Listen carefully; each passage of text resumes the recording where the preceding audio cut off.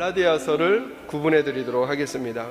갈라디아서는 총 1장으로부터 6장까지 6장에 걸쳐서 되어 있습니다. 크게 두 부분으로 나누시면 되겠습니다.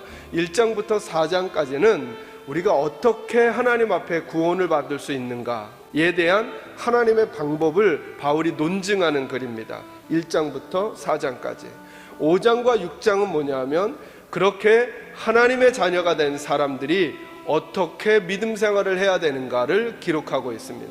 그래서 여러분 5장과 6장을 잘 읽어보시면 하나님의 사람들이 교회 생활할 때, 그리고 다른 사람들을 만날 때 어떻게 믿음의 삶을 바르게 살아갈 수 있는가 하는 하나님의 규칙을 5장과 6장에 그려놓고 있습니다. 여러분, 우리들 개인에게도 내가 버릴 수 없는 내 주견, 내가 버릴 수 없는 내 시각, 내가 버릴 수 없는 나에게 익숙한 나의 삶의 패턴이 있을 수 있겠어요.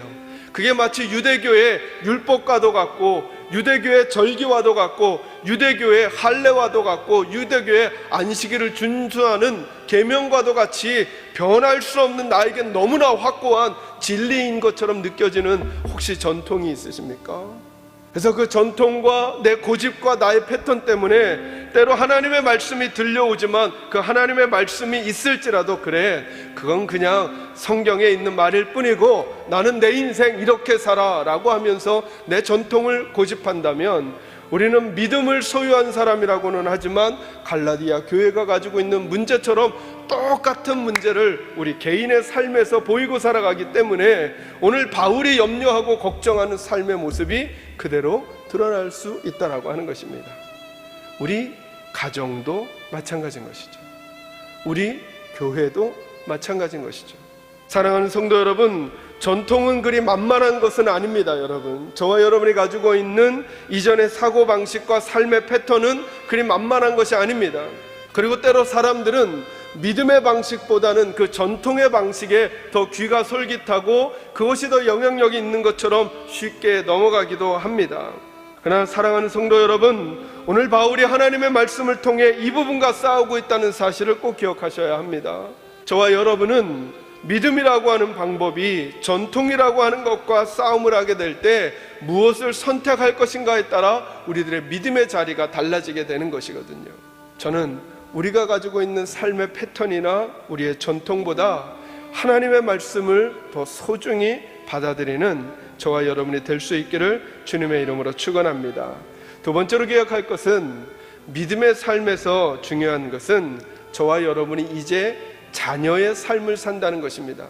여러분, 절대로 어디에 있든지 어떤 상황에 있든지 이 사실을 절대 잊지 마셔야 됩니다. 나는 교회 다니는 사람이야, 나는 믿음 생활하는 사람이야, 나는 교회의 집사야, 권사야, 이 사실은 잊어버려도 괜찮습니다. 이것을 기억하는 것은 우리들에게 영적으로 큰 유익이 없습니다. 그러나 절대로 잊지 마셔야 합니다. 무엇을 잊지 마셔야 하느냐면, 나는 하나님의 딸이야, 나는 하나님의 아들이야. 절대 이 사실은 잊지 마셔야 합니다. 이제부터 저와 여러분이 하나님 앞에서 어떤 삶을 살든 나는 하나님의 자녀로 이 삶을 사는 거예요. 하나님의 자녀로 성공하는 거고 하나님의 자녀로 실패하는 거예요. 그래서 성공과 실패보다 더 중요한 것은 뭐냐면 내가 하나님의 자녀라는 사실을 항상 잊지 마는 거예요. 그런데 놀라운 것은 그 하나님의 자녀라고 하는 나의 인식과 그 정체성이 나의 삶을 바꿔가는 거예요. 하나님이 계속 말해요. 너희의 시민권은 하늘에 있다. 너희는 내 자녀다. 너희는 하나님의 자녀다. 이 말을 계속 알려줘요. 이런 단어를 여러분 보시기 어려워요. 너희가 이렇게 살아야만 하나님의 자녀가 돼. 너희가 그걸 하지 말아야만 하나님의 자녀가 돼. 이렇게 말씀하시지 않아요. 너희가 십자가를 통과했다면 하나님의 자녀다 말씀하세요. 저는 이 자리에 계신 여러분 모두가 하나님의 자녀이시기를 주님의 이름으로 축원합니다. 여러분, 그 사실 꼭 잊지 마시고 어디서든 그 삶을 살아가시기를 소망합니다. 마지막 세 번째로, 갈라디아서를 읽다가 보면 복음과 율법이라고 하는 그 개념들이 자꾸 충돌을 일으켜요. 자, 그럼 이제 우리에게 문제가 뭐냐면 이거예요. 내가 예수 믿고 십자가를 통과하고 하나님의 자녀가 되었어요. 그럼 이제는 어떻게 살까라고 하는 거죠. 그러니 이 법은 우리를 부담스럽게 하는 게 아니라 하나님의 사랑을 기반으로 한, 우리를 향한 하나님의 꿈이신 거죠. 어디서든 우리를 자랑하고 싶어 하시는 하나님의 꿈, 아직은 저와 여러분이 우리 교회가 10점이어도 관계없겠습니다. 20점이어도 관계없겠습니다. 그것 때문에 하나님이 우리를 버리시는 일은 없습니다. 그러나 사랑하는 성도 여러분, 하나님께서 저와 여러분이 거기 머물기를 원치 않으신다는 것을 알려주시는 것이죠. 이것이 복음과 율법의 질서라고 생각해요. 여러분, 우리가 끝내 10점이어도, 끝내 율법을 다 성취하지 못해도 하나님은 그 법을 내가 예수를 통해 성취하고 너희를 자녀 삼았으니 이거 취소되는 법 없어 라고 지금도 말씀하세요. 그러나 난 너희에게 꿈이 있단다. 너희가 조금 더 멋진 인생을 살아주고 멋진 가정을 꾸려주고 멋진 직장을 다녀주고 사람들 앞에 인정받는 사람이 되어주기를 원해 라고 하는 기대를 우리가 자녀들에게 가지고 있듯 하나님도 우리에게 그런 꿈을 꾸고 계시다는 것입니다. 이 꿈, 이 하나님의 사랑 잊지 않고 살아가면서 저와 여러분 서툴잖아요.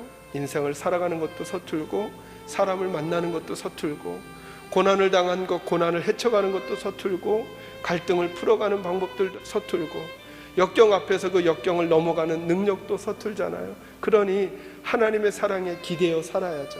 기대어 살면서 그 하나님의 사랑으로 회복된 마음으로 하나님이 우리에게 어떤 꿈을 가지고 계시는가 꼭 기억하면서 오늘보다 내일이, 내일보다 그 다음 날이 조금 더 주님께 가까이 가는 믿음의 삶이 되어지기를 주님의 이름으로 축원합니다.